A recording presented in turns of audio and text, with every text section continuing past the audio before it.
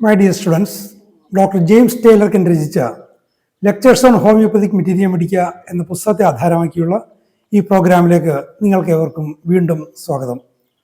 നമ്മൾ ഈ പരമ്പരയുടെ 102ാമത്തെ ഈ എപ്പിസോഡിൽ അക്കോണിറ്റം എന്ന അധ്യായത്തിൻ്റെ 10ാം ഭാഗമാണ് നമ്മൾ പരിശോധിക്കുന്നത്. അക്കോണിറ്റത്തിൻ്റെ ചെസ്റ്റുമായിട്ട് ബന്ധപ്പെട്ട ലക്ഷണങ്ങൾ, ആ ഒരു കാര്യത്തിൽ മറ്റു ചില ഔഷധങ്ങളുമായിട്ടൊരു കമ്പാരിസൺ, സ്പോഞ്ചിയ അങ്ങനെ ചില ഔഷധങ്ങളുമായിട്ടുള്ള അതിൻ്റെ കമ്പാരിസൺ, ചില സൂക്ഷ്മമായ ചില കാര്യങ്ങളിൽ എങ്ങനെ സെലക്ട് ചെയ്യാം, ഹെപ്പാർ സൾഫർ, സ്പോഞ്ചിയ അങ്ങനെയുള്ള ഔഷധങ്ങളുമായി അക്കോണിറ്റത്തെ എങ്ങനെ ഡിഫറൻഷ്യേറ്റ് ചെയ്യാം എന്നതിനെക്കുറിച്ച് വളരെ പ്രാക്ടിക്കലായിട്ടുള്ള, വളരെ വെൽ ഫൗണ്ടഡ് പ്രിൻസിപ്പിൾസിനനുസരിച്ചുള്ള ചില നിർദ്ദേശങ്ങളും കെൻ്റ് ഈ ഭാഗത്ത് തരുന്നുണ്ട്. അത് സാധാരണ അക്യൂട്ട് കേസുകളുടെ മാനേജ്മെൻറ്റിൽ നിങ്ങളെ വളരെയധികം ഉപകരിക്കുന്ന കാര്യങ്ങളാണത്. നമുക്ക് അതിലേക്ക് വിശദമായിട്ട് നമുക്ക് പ്രവേശിക്കാം. Aconite is a great routine group remedy, one that is misused, but it is indicated in all those cases of croup which come on suddenly in plethoric children from exposure to dry cold wind, having been out in the cold wind with the mother during the day. അപ്പോൾ നമ്മളൊരു കാര്യം ശ്രദ്ധിക്കുക, എപ്പോഴും അക്കോണിറ്റത്തിനെ കുറിച്ച് പറയുമ്പോൾ അതിൻ്റെ general കണ്ടീഷനോട് ചേർത്ത് വെച്ചുകൊണ്ടാണ് കെൻ്റ് പറയുന്നത്. എനിക്കൊന്ന് മറ്റ് ലെക്ചേഴ്സിലൊന്നും പലതിലും, ഒന്നിലൊന്നല്ല, ഒട്ടുമിക്ക ലെക്ചേഴ്സിലും കാണാത്ത ഒരു അഡറൻസ് ടു ദ ജനറൽ കണ്ടീഷൻ അത് നമുക്ക് ഈ അക്കോണിറ്റത്തിൽ കാണാം. എന്തുകൊണ്ടായിരിക്കും അത് കെൻ്റ് അങ്ങനെ പറയുന്നതെന്ന് നമുക്ക് ഊഹിക്കാനേ പറ്റുള്ളൂ. എനിക്ക് തോന്നുന്നു ഈ വൈഡ്ലി മിസ്യൂസ്ഡ് റെമഡി എന്നൊരു കാര്യം പറയുന്നുണ്ട്. അക്കോണിറ്റത്തെ അങ്ങനെ ഒരുപാട് മിസ്യൂസ് ചെയ്യുന്നുണ്ട്. ആ മിസ്യൂസിൽ നിന്നും അക്കോണിറ്റം പോലുള്ള വളരെ വിലപ്പെട്ട, അമൂല്യമായ, സുപ്രധാനമായ, വളരെ ഉപകാരപ്രദമായൊരു ഔഷധത്തെ ആ മിസ്യൂസിൽ നിന്നും മോചിപ്പിക്കുക എന്നുള്ളൊരു ഉദ്ദേശം ചിലപ്പോൾ കെൻ്റിനുണ്ടാവും. അതുകൊണ്ടായിരിക്കും എപ്പോഴും ഈ പ്ലത്തോറിക് ചിൽഡ്രൻ അങ്ങനെയുള്ള കാര്യങ്ങൾ, exposure to cold, dry cold air, അങ്ങനെയുള്ള കാര്യങ്ങൾ പുള്ളി ഓരോ പർട്ടിക്കുലർ സിംറ്റം പറയുമ്പോഴും കെൻ്റത് പറയുന്നുണ്ട്. അപ്പം അത്രയ്ക്ക് ശ്രദ്ധിക്കണം എന്നുള്ളതുകൊണ്ടായിരിക്കാം. അപ്പോൾ തുടർന്ന് കമ്പാരിസൺ പറയുമ്പോൾ അത് വരുന്നുണ്ട്. അപ്പോൾ അത് എപ്പോഴും ശ്രദ്ധിക്കുക.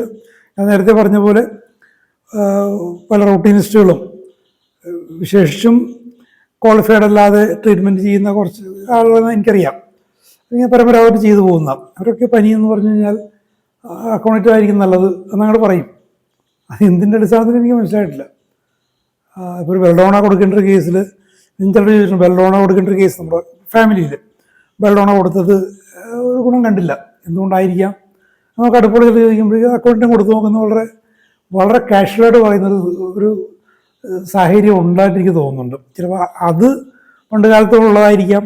US അതൊരു റൂട്ടീനിസ്റ്റ് എന്ന് പറയുന്നുണ്ട്. റൂട്ടീനിസ്റ്റുകൾക്ക് അതിൽ നിന്ന് മോചിപ്പിക്കുക എന്നുള്ള ഉദ്ദേശം അക്കോണിറ്റത്തെ അതിൻ്റെ ഒരു തനിമയിലേക്ക്, അതിൻ്റെ ഒരു സ്പെസിഫിക് ആയിട്ടുള്ള ഇതിലേക്ക്, അതിൻ്റെ ടിപ്പിക്കൽ ഗ്ലോറിയിലേക്ക് അക്കോണിറ്റത്തെ ഉയർത്താൻ ഒരു ഉദ്ദേശം എനിക്കുണ്ടായിരിക്കാം. അതുകൊണ്ടായിരിക്കും അദ്ദേഹം ഇപ്പോഴും അതിങ്ങനെ ചേർത്ത് വെച്ച് പറയുന്നു. ഇവിടെ അതുണ്ട്, ഒരു ഗ്രേറ്റ് റൊട്ടീൻ റെമഡിയാണെന്നുള്ള കാര്യം അദ്ദേഹം അംഗീകരിക്കുന്നുണ്ട്. പക്ഷേ അതിനോടൊപ്പം ഗ്രൂപ്പിൻ്റെ കാര്യത്തിൽ, അതായത് കുരയ്ക്കുന്ന പോലുള്ള ചുമ, ശ്വാസം മുട്ടൊക്കെ ഉള്ള ചുമ, അതിൻ്റെ ഉപയോഗത്തിൽ ഇത് മിസ്യൂസ്ഡ് ആണെന്ന് കൂടി പറയുന്നുണ്ട്. റൊട്ടീനാണ്, at the same time it has been misused. അപ്പോൾ മിസ്യൂസ് പാടില്ല. അതിനുള്ളൊരു ടിപ്പാണ് പറയുന്നത്. അതിൻ്റെ പ്ലത്തോറിക് നേച്ചറുള്ളവർ, exposure to dry cold wind, അതിൻ്റെ ഒരു ഇൻറ്റൻസിറ്റി, ഫിയർ, ആങ്സൈറ്റി, അതേ പറയില്ലേ, anguish has been depicted on his face, മുഖത്തിങ്ങനെ കൊത്തിവെച്ചിരിക്കുന്ന പോലുള്ള ആങ്സൈറ്റിയാണ്.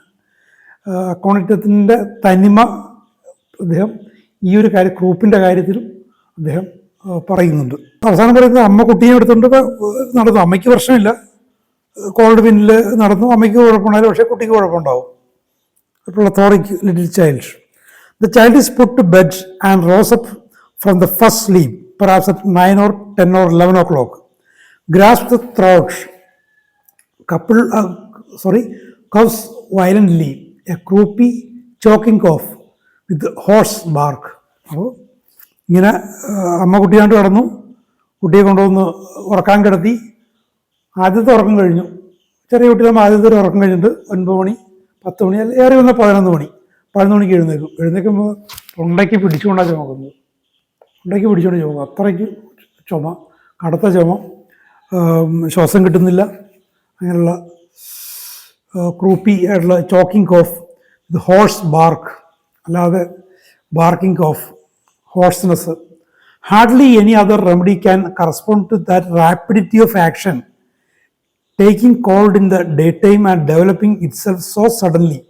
അപ്പോൾ പകൽ തണുപ്പടിച്ചിട്ട് രാത്രി അതിവേഗം ഈ പ്രശ്നം ഉണ്ടാക്കുന്ന കാര്യത്തിൽ ആ ഒരു റാപ്പിഡിറ്റിയോട് കിടപിടിക്കാൻ മറ്റു ഒരു ഔഷധത്തിനും പറ്റില്ല എന്നുള്ള കാര്യം പറയുന്നുണ്ട്. ആ റാപ്പിഡിറ്റി, ആ ഒരു കണ്ടീഷൻ ഓക്കെ ആണെങ്കിൽ അതിൻ്റെ റാപ്പിഡിറ്റി വെച്ച് നോക്കുമ്പോൾ വളരെ യുണീക്കാണ് അക്കോണൈറ്റം. Croup that comes from exposure today and does not develop until tomorrow morning or tomorrow evening may correspond to quite a number of other remedies, but especially hepar, which is slower in this space. ഇനി അക്കോണൈറ്റത്തിൻ്റെ ഒരു ക്വിക്നെസ് ഈ symptoms manifestation ഇല്ല. അത് പിറ്റേ ദിവസമാണ്, പിറ്റേ ദിവസം രാവിലെയോ പിറ്റേ ദിവസം ഉച്ചക്കോ പിറ്റേ ദിവസം വൈകുന്നേരമോ ഒക്കെയാണ് എങ്കിൽ ഹെപ്പാറാകാം. ഒരുപാട് ഔഷധങ്ങളുണ്ട് ഹെപ്പാറാകാം. കാരണം ഹെപ്പാർ ഒരു സ്ലോ ആക്ഷനാണ്. And it is more suitable in children somewhat run down and subject to frequent attacks of croup. അപ്പോൾ ഹെപ്പാർ യോജിക്കുന്ന കുട്ടികൾ എങ്ങനെയാണ്? റൺ ഡൗൺ, ഇങ്ങനെ രോഗം ബാധിച്ച് ആകെ അവശതയായൊരു കുട്ടി. പക്ഷേ അക്കോണൈറ്റ് എങ്ങനെയാണ്? വളരെ പ്ലത്തോറിക് ചിൽഡ്രനാണ്. പക്ഷെ എപ്പോഴും വന്ന് റിപ്പീറ്റഡ് ആക്ഷൻ വന്ന് അവശതയായിട്ടുള്ള കുട്ടി, ഈ രോഗം കൊണ്ട് പീഡിപ്പിക്കപ്പെട്ട കുട്ടി. അക്കൗണ്ടിൻ്റെ കാര്യം പറഞ്ഞ ഒരു സെക്കൻഡ് അറ്റാക്ക് റിപ്പീറ്റഡ് ആണെങ്കിൽ അവിടെ അതുകൊണ്ട് കാര്യമില്ല. പക്ഷേ ഹെപ്പാർ വരുമ്പോഴേക്കും അതിനൊരു കുറച്ചുകൂടി ലോങ് സ്റ്റാൻഡിങ് ഡീപ്പ് ആക്ഷൻ ഉണ്ട്, പക്ഷേ സ്ലോ ആണ്. അപ്പോൾ ഒരു ഡീപ്പർ തിങ്സ് ആർ സ്ലോവർ, അങ്ങനത്തെ ഒരു സംഭവം. Spongia is also similar, but it lacks many of the elements more likely to occur in run down children, those always taking cold. പക്ഷേ സ്പോഞ്ചിയൊക്കെ ഉണ്ട്. പക്ഷേ ഈ ഹെപ്പാറിൻ്റെ കാര്യത്തിൽ പറഞ്ഞ പോലെ ഒരു റൺ ഡൗൺ ചിൽഡ്രനിൽ ആകെ ഇങ്ങനെ അസുഖങ്ങൾ, ഇങ്ങനെ ആവർത്തിച്ച അസുഖങ്ങൾ വന്ന് ആകെ ഔഷധയായ കുട്ടികളിൽ കാണുന്ന പല എലമെൻസും സ്പോഞ്ചിയിലില്ല. It would be a difficult matter to distinguish between the appearance of the aconite and spongia croup so far as the group is concerned, because both have all the anxious appearance found in group. ഇനി സ്പോഞ്ചിയയും അക്കോണൈറ്റും തമ്മിൽ ഗ്രൂപ്പിൻ്റെ കാര്യത്തിൽ compare ചെയ്ത് കഴിഞ്ഞാൽ വലിയ വ്യത്യാസമൊന്നുമില്ല. കാരണം ഈ ആങ്ഷ്യസ് അപ്പിയറൻസ് ഈ ഗ്രൂപ്പിൻ്റെ സമയത്തുണ്ടാകുന്ന വല്ലാത്തൊരു ആങ്ഷ്യസ് അപ്പിയറൻസ് രണ്ടിലുമുണ്ട്. അപ്പോൾ സ്പോഞ്ചിയയും അക്കോണൈറ്റും തമ്മിൽ ഈ കാര്യത്തിൽ ഡിസ്റ്റിങ്വിഷ് ചെയ്യൽ ഇത്തിരി പ്രയാസമാണ്. ഇനി എങ്ങനെ അത് ഡിസ്റ്റിങ്വിഷ് ചെയ്യാമെന്നതിനെ കുറിച്ചാണ്. The Aconitic group is a violent group, inflammation of the larynx, and at the same time spasm of the larynx coming on with great rapidity. അപ്പോൾ അക്കൗണ്ടിൻ്റെ കാര്യത്തിലാണെങ്കിൽ വളരെ വയലൻ്റ് ആണ്. അക്കൗണ്ടിന് വയലൻസ് ഉണ്ട്. ആ വയലൻസ് സ്പോഞ്ചിയിൽ കാണണമെന്നില്ല. The spongia group is less inflammatory. ഇൻഫ്ലമേഷൻ്റെ കാര്യത്തിൽ ലോവർ ഗ്രേഡാണ്. മറ്റേതിൽ വളരെ ഹയർ ഗ്രേഡാണ്. അതിൻ്റേതായിട്ടുള്ള പ്രയാസങ്ങളും റാപ്പിഡിറ്റിയും എല്ലാം ഉണ്ടാകാം. The inflammation grows with the spasms, but with spongia may arouse up at 11 o'clock at night, suffocating and choking. It has not the intense febrile excitement that belongs to aconite, nor the anguish, although it has all the dryness that is found in aconite. അക്കോണൈറ്റ് കൊണ്ട് പലതരത്തിലും യോജിപ്പുണ്ടെങ്കിലും dryness ഒക്കെ ഉണ്ടെങ്കിലും ആ ഒരു intense febrile excitement, ആ അക്കൗണ്ടിൽ ഒരു intensity, അതിനൊരു ആംഗ്വിഷ്, അതിഭയങ്കരമായ മാനസിക വ്യഥ. ആങ്സൈറ്റിയും ആംഗ്വിഷും ഒക്കെ തമ്മിൽ ഡിഫറൻഷ്യേറ്റ് ചെയ്യാൻ സാധിക്കാം. ആങ്സൈറ്റി ഉണ്ട്, ആംഗ്വിഷ് എന്ന് പറയുന്നത് അതിൻ്റെ സൂപ്പർലേറ്റീവ് ഡിഗ്രിയാണ്. വല്ലാത്തൊരു ആംഗ്വിഷ്, അതികഠിനമായ മനോപീഠം, മനസ്സിൻ്റെ പീഠം അതികഠിനമാണ്. വേറെ ഒരു ആങ്സൈറ്റിയോ റെസ്റ്റ്ലെസ്നെസ്സോ അല്ല, ആംഗ്വിഷ്. ആംഗ്വിഷ് ആണ് അക്കോണൈറ്റത്തിനെ തനിമയുള്ളതാക്കുന്നത്. ആങ്സൈറ്റിയും കാര്യങ്ങളുമൊക്കെ സ്പോഞ്ചിയിലും കാണാം. Aconite conditions are dry as a usual thing, but or there is only a little watery discharge. അപ്പോൾ അക്കൗണ്ടിൻ്റെ കാര്യത്തിൽ ഡ്രൈനെസ് ആണ് പൊതുവെ വരുന്നത്. ചിലപ്പോൾ ഇത്തിരി വാട്ടർ ഡിസ്ചാർജ് ഉണ്ടാവും, വളരെ കുറച്ച് മാത്രം വാട്ടർ ഡിസ്ചാർജ്, പൊതുവെ ഡ്രൈ ആണ്. Sponge is entirely dry. If there is an inflamed mucous membrane it is dry. സ്പോഞ്ചിൻ്റെ കാര്യത്തിൽ അല്പം പോലും വാട്ടർ ഡിസ്ചാർജ് ഇല്ല, totally dry, it is entirely dry. എങ്ങനെ സ്പോഞ്ചിയെയും അക്കൗണ്ടിനും തമ്മിൽ ഡിസ്റ്റിങ്വിഷ് ചെയ്യാം? അക്കൗണ്ടിനും ഡ്രൈ ആണ്, പക്ഷേ കുറച്ചൊക്കെ വെള്ളം ഡിസ്ചാർജ് വരാം. നേരത്തെ കണ്ട പോലെ മൂക്കിൽ നിന്നൊക്കെ ഒരു അല്പം വെള്ളം വരാം. പക്ഷേ സ്പോഞ്ചിൻ്റെ കാര്യത്തിൽ that is entirely dry. We have in the croup symptoms in aconite. ഇനി അക്കൗണ്ടിൻ്റെ ക്രൂപ്പ് സിംറ്റംസ് പറയാൻ: larynx sensitive to touch, croup waking in first sleep after exposure to dry cold winds. അപ്പോൾ ലാരിങ്സ് തൊടുന്നതിനോട് സെൻസിറ്റീവാണ്. ക്രൂപ്പ് എങ്ങനെയാണ്? ആദ്യത്തെ ഉറക്കം കഴിഞ്ഞ് എഴുന്നേൽക്കുമ്പോൾ, ഡ്രൈ കോൾഡ് വിൻഡിനോട് എക്സ്പോസ് ചെയ്ത ശേഷം ആദ്യത്തെ ഉറക്കം കഴിഞ്ഞ് എഴുന്നേൽക്കുമ്പോൾ 9, 10 മാക്സിമം 11 മണി ലാരിങ്സ് തൊടുന്നതിനോട് സെൻസിറ്റീവ് ആയിരിക്കും. Aconitum is full of disturbances of respiration, dyspnea from contraction of the smaller bronchial tubes, which we find resembles asthma. അപ്പോൾ അക്കൗണ്ടിൻ്റെ കാര്യത്തിൽ റെസ്പിറേഷൻ്റെ ഒരുപാട് പ്രശ്നങ്ങളുണ്ട്, ഒത്തിരി റെസ്പിറേഷൻ ഉണ്ട്. ശ്വാസം മുട്ടൽ, ഇങ്ങനെ വല്ലാതെ ഇങ്ങനെ കുറച്ച് ശ്വാസം വളരെ ഷോർട്ട് ബ്രീത്തേ കിട്ടുള്ളൂ.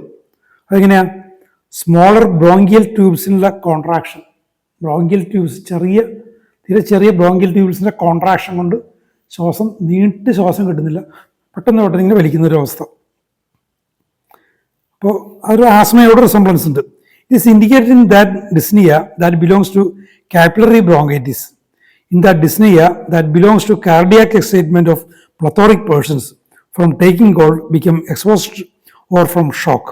അപ്പോൾ ഈ കാപ്പിലറി ബ്രോങ്കൈറ്റിസിൻ്റെ കാറ്റഗറിയോട് ചേർന്ന ഒരു ഡിസ്നിയയാണ് ഈ അക്കൗണ്ടിൻ്റെ ഡിസ്നിയ. അപ്പോൾ പലപ്പോഴും ഇത്തരം കേസുകളിൽ അത് സ്പോഞ്ചിയ എന്ന് പറയുന്നൊരു അതും ഒരു കോമൺ മാൻ ഹോമിയോപ്പതി വീട്ടിലൊക്കെ വെച്ച് ഉപയോഗിക്കുന്ന, ഹോമിയോപ്പതിയുമായിട്ട് ഇത്തിരി ബന്ധമുള്ള, ഇപ്പോൾ എൻ്റെയൊക്കെ പോലെ ബന്ധമുള്ള ആളുകൾ കുറച്ച് മരുന്നുകളൊക്കെ വീട്ടിൽ സൂക്ഷിച്ച് വെക്കും. അങ്ങനെയുള്ള ആളുകളും എന്നോട് പറഞ്ഞിട്ടുണ്ട്. ഒരിക്കലും ഡോക്ടർ ജൻബാബുവിൻ്റെ അടുത്ത് വെച്ച് ഒരു സുഹൃത്ത് ഇതേപോലെ ഒരു കോമൺ മാൻ അദ്ദേഹം ഇങ്ങനെ തർക്കിച്ച് ഓർക്കുന്നുണ്ട്. ആസ്മ വന്നു കഴിഞ്ഞാൽ ഉടനെ സ്പോഞ്ചി എടുത്ത് കഴിക്കും. അപ്പോൾ ആവശ്യം പറഞ്ഞാൽ അങ്ങനെ കഴിക്കാൻ പാടില്ല. സ്പോഞ്ചിക്ക് സ്പോഞ്ചിയായിട്ടുള്ള തനിമയുണ്ട്, അല്ലാതെയുള്ള പല ഔഷധങ്ങളും ഉണ്ട്. സ്പോഞ്ചിയ ആണെങ്കിൽ സ്പോഞ്ചിയ തന്നെ ആയിരിക്കണം. സ്പോഞ്ചിയതായിട്ടുള്ള ടിപ്പിക്കൽ സിംറ്റംസ് ഉണ്ടാകണം, ജനറാലിറ്റി ഉണ്ടാകണം, പെക്യുലാരിറ്റി എല്ലാം ഉണ്ടാകണം. പക്ഷെ ആ ഒരു സാധാരണക്കാരെ സമ്മതിച്ചില്ല. അയാൾ ഉപയോഗിക്കുന്ന, അയാളുടെ ഭാര്യയ്ക്ക് വേണ്ടി ഉപയോഗിച്ചുകൊണ്ടിരുന്ന ആസ്മ വന്നു കഴിഞ്ഞാൽ സ്പോഞ്ചി എടുത്ത് കൊടുക്കും. അത് ഒന്നുകൊണ്ട് മാറില്ലെങ്കിൽ പുള്ളി പറഞ്ഞ 5-6 തുള്ളിയിൽ കുടഞ്ഞിട്ട് കൊടുക്കും. അങ്ങനെ അബ്യൂസ് ഉണ്ട്. അബ്യൂസ് ഒഴിവാക്കാൻ വേണ്ടിയാണ് അദ്ദേഹം പറയുന്നത്. അപ്പോൾ കാപ്പിലറി ബ്രോങ്കൈറ്റിസുമായിട്ട് ആ ഒരു കാറ്റഗറിയിൽ വരുന്നതാണ് ഡിസ്നിയ, വരുന്നതാണ് അക്കോണിറ്റം വരുന്നത്. അത് തണുപ്പടിച്ചിട്ട് ഷോക്കും ഉണ്ട്, എക്സ്പോഷറോ ഷോക്കോ ആകാം. നേരത്തെ നമ്മൾ കണ്ടാണ് ഷോക്ക് കൊണ്ടുള്ള പ്രശ്നങ്ങളിലും അക്കോണിറ്റം വരും. Dyspnoea from fear such as occurs in nervous woman, excitable, easily affected, nervous, plethoric woman. ഇനി കുട്ടികളുടെ പോലെ സ്ത്രീകളുടെ കാര്യത്തിലും അഫക്ഷനായിട്ട് പ്ലത്തോറിക് വുമൺ, നെർവസ് വുമൺ അവരുണ്ടാകുന്ന ഡിസ്നിയ, അത് ഭയം കൊണ്ടുണ്ടാകുന്നതാകാം. Breathing short, laboured, anxious, quick, വളരെ ചുരുങ്ങിയ ഷോർട്ട് ബ്രീത്തിങ്, വളരെ പ്രയാസപ്പെട്ടുള്ള ബ്രീത്തിങ്, ആങ്ഷ്യസ് ആയിട്ടുള്ളത്, ക്യുക്കായിട്ടുള്ളത്. It is an asthmatic dyspnoea and there is usually dryness of the mucous membrane of the small bronchial tubes. അപ്പം അങ്ങനത്തെ കാര്യത്തിൽ usually small bronchial tubes dryness ഉണ്ടാകും. അപ്പോൾ ഡ്രൈനസ് ഒരു ഫാക്ടറാണ്. കുറച്ചൊക്കെ വാട്ടറി ആകാം, പക്ഷേ generally it is dry. Sits up straight and can hardly breathe. ഇത് പ്രൊവേഴ്സിനെ കോട്ട് ചെയ്തിരിക്കുക. എഴുന്നേറ്റിരിക്കുന്നു, ശ്വസിക്കാൻ പറ്റുന്നില്ല, എഴുന്നേറ്റിങ്ങനെ സ്ട്രൈറ്റ് ആയിട്ടിരിക്കുന്നു. Aconitum has such a sudden violent cardiac irritation, pulse fluttering, weak, full and bounding, sits up in bed, grabs the throat, wants everything thrown off before midnight, a hot skin, great thirst, great fear, everything is associated together. അപ്പോൾ അക്കൗണ്ടത്തിൻ്റെ കാര്യത്തിൽ വല്ലാത്തൊരു cardiac irritation വരുന്നുണ്ട്. Pulse വല്ലാതെ fluttering ആയിട്ടുള്ള pulse, വല്ലാത്ത pulse, weak pulse, full bounding, sits അപ്പിന് എഴുന്നേറ്റ് ഇരിക്കുന്നു, ഗ്രാഫ്സ് ഓഫ് തൊണ്ടയിൽ കയറി പിടിക്കുന്നു, അടുത്തുള്ള എല്ലായിടത്തും വലിച്ചെറിയാനുള്ള ടെൻഡൻസി, അർദ്ധരാത്രിക്ക് മുൻപ് ഹോട്ട് സ്കിന്ന്, വല്ലാത്ത ദാഹം, വല്ലാത്ത ഭയം, ഇതെല്ലാം ഒരുമിച്ച് എവറിത്തിങ് ഓൾ ടുഗദർ എല്ലാം ഒരുമിച്ച് വരുന്നു. ഇപ്പോൾ അക്കൗണ്ടൻ പേഷ്യൻ്റെ അവസ്ഥ ഒന്ന് ആലോചിച്ച് നോക്കിയേ. ആംഗ്വിഷ് വിത്ത് ഡിസ്നിയ, വല്ലാത്ത മനോവ്യത ഈ ഡിസ്നിയോടൊപ്പം, ഷോർട്ട് ബ്രീത്തിനോടൊപ്പം വല്ലാത്തൊരു ഭയം. Sudden attacks of pain in the heart with dyspnoea, ഹൃദയത്തിൽ വല്ലാതെ വേദനകൾ ഒപ്പം ഡിസ്നിയും. ഓൾ ഗോ ടു, അതെല്ലാം ഒരുമിച്ച് വരുന്ന ഗ്രേറ്റ് സഫോക്കേഷൻ, വല്ലാത്ത ശ്വാസം മുട്ടലും. From this fear and from anxiety he breaks out in profuse sweat. അപ്പോൾ ഈ ഒരു ഭയവും ആങ്സൈറ്റിയും വരുമ്പോഴേക്കും വല്ലാതെ വിയർക്കും, ആകെ വിയർത്ത് കുളിക്കും. ഹിസ് ഡ്രഞ്ച്ഡ് വിത്ത് സ്വെറ്റ്, വിയർപ്പിൽ കുളിക്കും. And yet his skin is hot, ഇങ്ങനെ വിയർപ്പിൽ കുളിച്ചാലും തണുക്കുന്നില്ല, തൊലിയിൽ തൊട്ട് കഴിഞ്ഞാൽ ചൂടായിരിക്കും. അത് ഹോട്ട്നെസ്, ഹോട്ട് സ്കിൻ ഇതിൻ്റെ ഒരു ഭാഗമാണ്. When this anxiety passes off he becomes hot, ഈ ഉത്കണ്ഠ കടന്നു പോകുമ്പോഴേക്കും ആൾ വല്ലാതെ ചൂടായി ഉഷ്ണിച്ചിരിക്കുന്നു, ഹോട്ടായിട്ടിരിക്കുന്നു. So there is heat and sweat with this awful anxiety. അപ്പോൾ വല്ലാത്തൊരു ഉത്കണ്ഠയോടൊപ്പം വിയർപ്പുമുണ്ട്, ചൂടുമുണ്ട്. പൾസ് ലൈക്ക് എ ത്രെഡ്, ഈ പൾസ്, നാഡീസ്പന്ദനം വളരെ നൂലുപോലെ വളരെ ശോഷിച്ചൊരവസ്ഥയിലാവുന്നു. അങ്ങനെ വല്ലാതെ വ്യഥ അനുഭവിക്കുന്ന, മാനസികവും ശാരീരികമായിട്ടും വ്യഥ അനുഭവിക്കുന്ന രോഗിയാണ് അക്കൗണ്ടൻ പേഷ്യൻറ്റ്. അക്കൗണ്ടൻറ്റ് വളരെ സൂക്ഷിച്ച് ഉപയോഗിക്കാവൂ, വളരെ സൂക്ഷിച്ച് ഡിസ്റ്റിങ്ക്വിഷ് ചെയ്ത് ഉപയോഗിക്കുക. അതുകൊണ്ടാണ് എൻ്റെ ആവർത്തിച്ച് പറയുന്നത്. വാസ്തവത്തിൽ ഞാൻ ഹോമിയോപ്പതി പരിചയിച്ച ഒരാൾ എൻ്റെ വ്യക്തിപരമായ ആവശ്യങ്ങൾക്ക് ചുരുക്കം ചില ഔഷധങ്ങൾ വാങ്ങി വെച്ച് അത്യാവശ്യത്തിന് ഉപയോഗിക്കാറുണ്ട്, അത്യാവശ്യ കാര്യങ്ങളിൽ ഉപയോഗിക്കാറുണ്ട്. പക്ഷേ ഞാൻ ഇതുവരെ തൊടാത്തൊരു സാധനമാണ് ഈ അക്കോണിറ്റം. എൻ്റെ അടുത്ത് 30-30 വർഷമായിട്ട് അക്കോണിറ്റം ഉണ്ട്, പക്ഷെ ഞാൻ അത് ഉപയോഗിച്ചിട്ടില്ല, ഇതുവരെ ഉപയോഗിച്ചിട്ടില്ല. കാരണം ഇത് വായിച്ചിരുന്ന് കിട്ടിയ ഒരു ഒരു എന്താ പറയുക, ഒരു പ്രിക്കോഷ്യസ് അപ്രോച്ച് ഉള്ളതുകൊണ്ടാണ്. അങ്ങനത്തെ ഒരു അവസ്ഥ, ഇതിൽ പറയുന്ന ഒരു അവസ്ഥ എനിക്കോ എൻ്റെ ഫാമിലിയിലോ അങ്ങനെ ഉണ്ടായിട്ടുമില്ല. അതുകൊണ്ട് അക്കൗണ്ട് എനിക്ക് ഉപയോഗിക്കേണ്ടി വന്നിട്ടില്ല. പക്ഷേ ഒരുപാട് അബ്യൂസ് ചെയ്യുന്നവരെ അറിയാം. നേരത്തെ പറഞ്ഞ പോലെ സ്പോഞ്ചി അബ്യൂസ് ചെയ്യുന്നവർ ഒക്കെ ഉണ്ട്, മെലഡോണ അബ്യൂസ് ചെയ്യുന്നവർ, ബ്രയോണിയ ഒക്കെ അബ്യൂസ് ചെയ്യുന്ന ആളുകളുണ്ട്. അപ്പോൾ ഈ ഒരു കാര്യത്തിന് ഞാൻ ഡോക്ടർ ജൻബാബു പറഞ്ഞൊരു ഉപദേശം ഞാൻ നിങ്ങളോട് പറയുകയാണ്. ഇങ്ങനെയൊക്കെ അബ്യൂസ് ചെയ്യാനൊരു ടെൻഡൻസി ഉള്ള, പ്രത്യേകിച്ചും അമേച്ചേഴ്സ്, ഒരു പനേഷ്യ, നമ്മളെ ഫെറംഫോസ്, ബയോകെമിക് ഫെറംഫോസ്, ദറ്റ്സ് എ പനേഷ്യ, സർവ്വരോഗ സംഹാരിയാണ്. അതിൽ ഫെറംഫോസിലില്ലാത്തത് ഒന്നുമില്ല. ഇപ്പോൾ എൻ്റെ സൾഫറിനെ കുറിച്ച് പറയുന്ന മാതിരിയാണ്, സൾഫറില്ലാത്ത ഒന്നുമില്ലാന്ന് തോന്നിപ്പോകുമെന്ന് പറഞ്ഞിട്ടില്ല. അതേപോലെ ബയോകെമിക് തെറാപ്പി നോക്കുമ്പോൾ ഫെറംഫോസിലില്ലാത്ത ഒന്നുമില്ലെന്ന് തോന്നും.